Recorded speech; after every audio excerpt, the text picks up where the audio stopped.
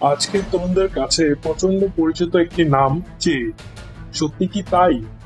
Stylish টি শার্টের সামনে পেছনে আজ চে সত্যি উজ্জ্বল, কিন্তু বুক পকেটের নিচের ওই মনটাতে ক্রমেই আধুনিকতার দাবি করতে থাকা আজকের তরুণদের চেতনাতে চে গুয়েভারা প্রকৃতপক্ষে আনেস্তা গেভারা দে লা সেরনা নামের ব্যক্তির পরিচয় ক্রমশই হচ্ছে বিলুপ্ত। যে নামের খুব জনপ্রিয় ব্র্যান্ডটি অস্পষ্ট করে দিচ্ছে ব্যক্তি চেকে। চে তার প্রকৃত নাম নয়, যদিও এটি সবচেয়ে বেশি পরিচিত তার ক্ষেত্রে। স্প্যানিশ ভাষায় চে শব্দের অর্থ হচ্ছে প্রিয়। কিউবার সফল বিপ্লবের পর সেখানকার আদিবাসীগণ তার নাম দেয় চে। তিনি এই নামটিকে এত বেশি ভালোবেসে ফেলেছিলেন যে 1960 থেকে 1967 সাল, অর্থাৎ তার মৃত্যুর আগ পর্যন্ত তিনি তার স্বাক্ষর হিসাবে ব্যবহার করতেন শুধুই এই শব্দটি চে। 1928 সালের 14 জুন আর্জেন্টিনার রেসারিও গ্রামে বিপ্লবের জন্ম নেন এই প্রবাদ পুরুষ। পিতা অর্নেস্তো গেভারা লিনোচি ও মাতা সিলিয়া দে সেরনা। আইরিশ পিতা ও স্প্যানিশ মাতার 5 সন্তানের মধ্যে চেই ছিলেন সবার বড়। তাদের পরিবারে বইত সমাজতান্ত্রিক রাজনীতির ধারা, যা ভবিষ্যৎ জীবনে বিপ্লবী চেকে গড়ে তুলতে শেকড়ের ভূমিকা পালন করেছে।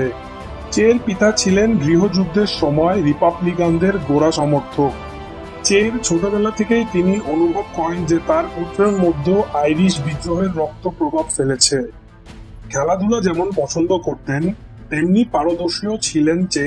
তার সাঁতার, golf, football, shooting, cycling, rugby যাই হোক না কেন, এক কথায় একজন খেলারু ব্যক্তি ছিলেন তিনি। রাগবি খেলায় প্রচন্ড ক্ষিপ্রতা কাজ করত তার মধ্যে। রাগবি ইউনিয়নের নিয়মিত সদস্য ছিলেন। কয়েকবার বুয়েন্স এয়ার্স বিশ্ববিদ্যালয়ের হয়ে খেলেছিলেন তিনি। সাইক্লিং এ কখনোই ক্লান্ত হতেন না চে। যখন সময় পেতেন ঘন্টা পর ঘন্টা সাইক্লিং করতেন। 12 বছর বয়সে পিতার কাছে দাবা খেলা শেখার পর থেকে প্রায়ই বুদ্ধি সানিয়ে নিতেন দাবার ছকে। স্থানীয় প্রতিযোগিতাতেও অংশ নিয়েছিলেন তিনি। ঘোড়া সাওয়ারি শিখেছিলেন শখ করে।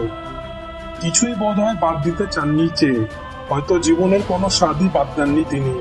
চে কি ছিলেন, এ প্রশ্ন না করে বোধহয় প্রশ্ন করা উচিত চে কি ছিলেন না।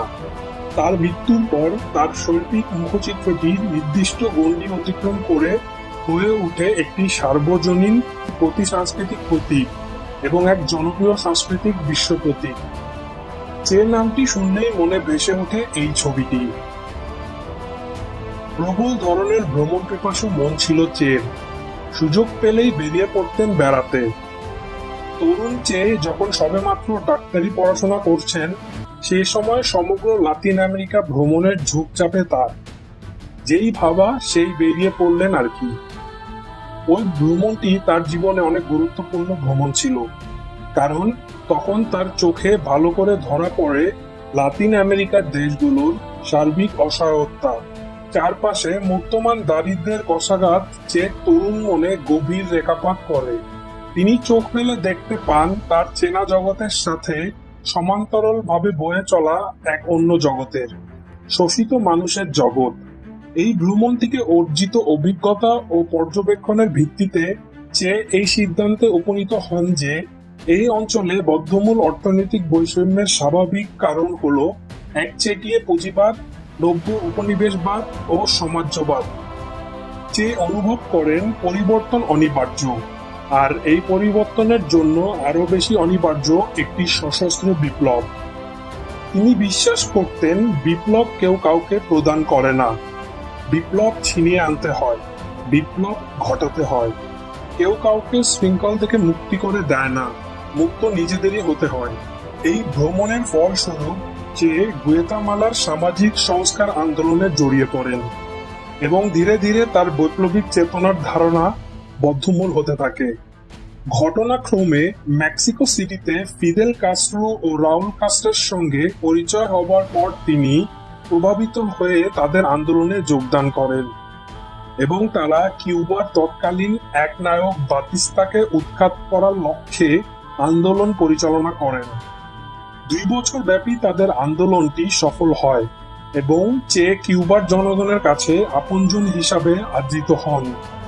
বিপ্লবী হিসেবে হন বিশ্ব পরিচিত। বিপ্লব শুধু আগুনের ফুলঙ্গি নয়, বিপ্লব ক্ষত স্থানের ওষুধেরও ভূমিকায় অবতীর্ণ হতে পারে।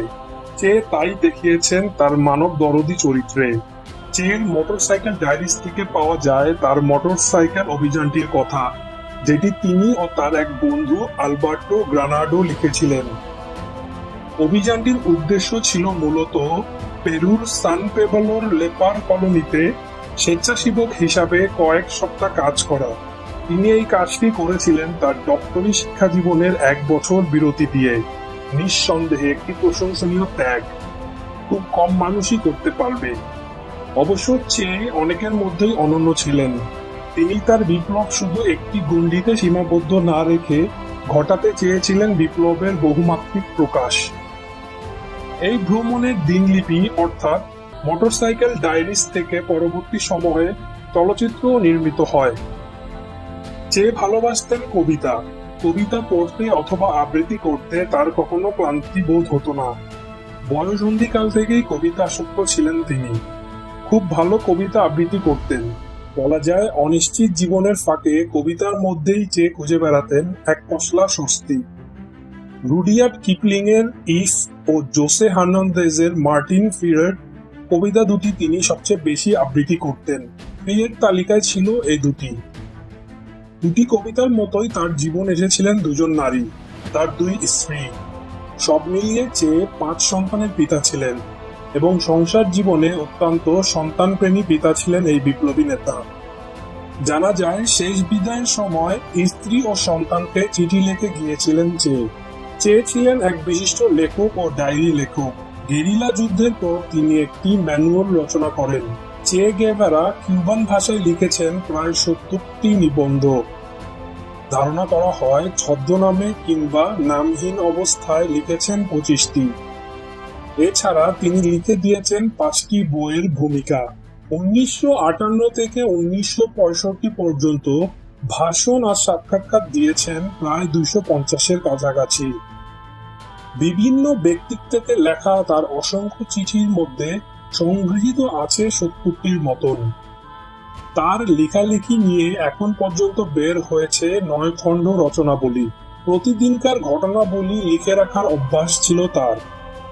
গেরিলা যুদ্ধকালীন সময়ে সকলে যখন বিশ্রাম নিত, অন্যদের অবাক করে দিয়ে চেয়ে তার নোটবুক বের করে ডক্টরদের হস্তরেখার মতো ক্ষুদ্র ক্ষুদ্র প্রায় অস্পষ্ট অক্ষরে লিখে রাখতেন ডায়েরি। এই ডায়েরিটি তার বলিভিয়া ডায়েরি নামে পরিচিত। এই ডায়েরিতে গেরিলা প্রধান হিসাবে তার দৃঢ় চরিত্রের বরাম্বর প্রমাণ মেলে। মৃত্যুর পূর্ব মুহূর্তে চে গেভারা সৈনিকদের বলেছিলেন, আমাকে গুলি করো না, আমি চে গেভারা। আমাকে মেরে ফেলার পরিবর্তে বাঁচিয়ে রাখলে তোমাদের বেশি লাভ হবে, আনকোট। কিন্তু তাকে বাঁচিয়ে রাখা হয়নি। 1967 সালের 9 অক্টোবর সারা রাত বলিভিয়ার লা হিগুয়েরা গ্রামের একটি স্কুল ঘরে আটকে রেখে তাকে হত্যা করা হয়। তার হত্যাকারী ছিলেন বলিভিয়া সেনাবাহিনীর মধ্যস্থ সার্জেন্ট মারিও তেরান। চেকে ধরা ও হত্যা করার পেছনে কাজ করেছিল যুক্তরাষ্ট্রের গোয়েন্দা সংস্থা CIA। মৃত্যুর পরপরই তিনি বিশ্বজুড়ে বিপ্লবীদের কাছে নায়ক হয়ে ওঠেন। তাকে হত্যার পেছনে লাতিন আমেরিকার এক নায়ক শাসক আলফ্রেদো ট্রান্সনারের হাত ছিল বলে ধারণা করা হয়, কারণ চে তার বিরুদ্ধে গেরিলা যুদ্ধ শুরু করতে পারেন বলে ধারণা ছিল। চেকে সমাহিত করা হয় কিউবার সান্তা ক্লারায়, তার ভালোবাসার স্থানে। তার মৃত্যুর পর নিউ ইয়র্ক টাইমস লিখেছিলেন, একজন মানুষের সঙ্গে সঙ্গে একটি রূপকথাও চিরতরে বিশ্রামে চলে গেল। টাইম পত্রিকা 20 শতাব্দীর সর্বাপেক্ষ প্রভাবশালী 100 জন ব্যক্তির যে তালিকা প্রকাশ করেছিল, সেখানেও ছিল চের নাম। বিপ্লব কখনো বিপ্লবীর মৃত্যুর সাথে শেষ হয়ে যায় না। চেও তাই বেঁচে থাকবেন আজকের ও আগামীর বিপ্লবীদের মাঝে। তাই তার ব্যক্তিত্ব যেন অস্পষ্ট না হয়ে যায়। আমাদের আজকের ভিডিওটি আপনাদের কেমন লাগলো নিচে কমেন্ট বক্সে অবশ্যই কমেন্ট করে জানাবেন। আর যদি আমাদের চ্যানেলটিতে নতুন হয়ে থাকেন, সাবস্ক্রাইব করতে ভুলবেন না এবং পাশে থাকা বেল আইকনটি প্রেস করবেন, যেন আমাদের পরবর্তী নতুন ভিডিওর আপডেট আপনি পেয়ে যান।